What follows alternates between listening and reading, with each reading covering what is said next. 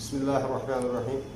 نو محترمو حضراتو، دلته موږ پنډۍ ته راغلي یو د په انګلیسي ژبه باندې سی پی ټي پاکستان په نامه باندې یو کلینیک ده. نو چې دلته هغه ډاکټران ناست دي چې دوی مخکې په نیټ کې دا شی ورکړی وو، نو د نیټ له لارې موږ هم دا شی ولید او رالو دلته.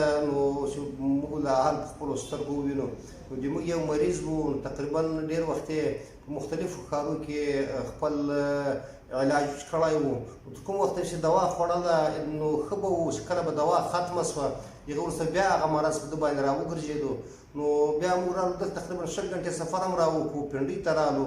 نو په پنډۍ کې دغه ډاکټران لیدلې او کلینیک ده، دوی بغیر دوایي بغیر له اپریشنه چې کوم دوی طرز و طریقه ده نو لکه شکستبند غوندې نو د مورو سیټینګ کوي.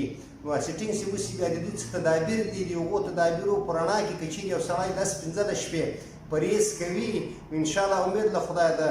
نو دا نورو ملګرو چې موږ پوښتنه وکړه دا څوک دلته راځي 2-3 شپې چې مخکې راغلي یا 4 شپې مخکې راغلي، نو دوی هم صحت پیدا کړی ده. نو صرف دا انټرویو دا ډاکټر صاحب له ما په دې اخلي چې دا غږ تر خلکو ورسېږي، دا یو صدقه جاریه ده. نو چې هر یار دوست و اشنا الله تعالی له دې مصیبت او دې مرضه وژغوري. نو ډېره اسانه طریقه ده.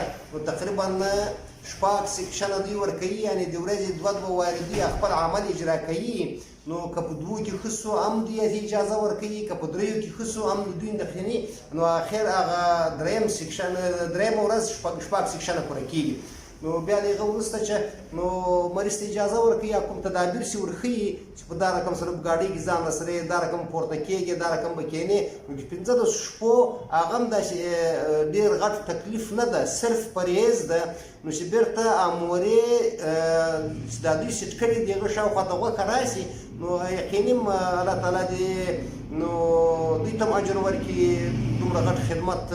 نو الله تعالی دې مریضانو ته هم شفا ورکړي.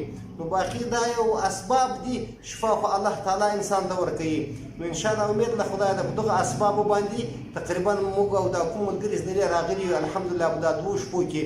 نو نن یې موږ رخصت کړو، پرون 2 سیکشنه وو، نن 2 سیکشنه وو. نو سبا دپاره نو دوی موږ ته اجازه راکړه چې تاسې تلای شئ. نو دا درېیم ورځې 2 سیکشنه چې دي د هغو ضرورت نشته په دې چې هغه مریض نو کوم کار چې دوی کوي یا پښه لنډه یا اوږده یې د درد محسوسوي، دوی پیپیږي، هغه اثرات یې موږ ته راښوو چې داسې مې کو دا پښه ګوره 1 انچ دومره شوه، 1 انچ ښکته شوه، 1 انچ پورته شوه. نو الحمدلله موږ مطمئن یو. نو الله تعالی دې دا د ما غیده دایما انټرویو یو خیر جاریه وګرځوي. نو چې الله رب العزت چاته شفا ورکوي، نو دغه یو سبب ده. السلام علیکم ورحمة الله وبرکاته.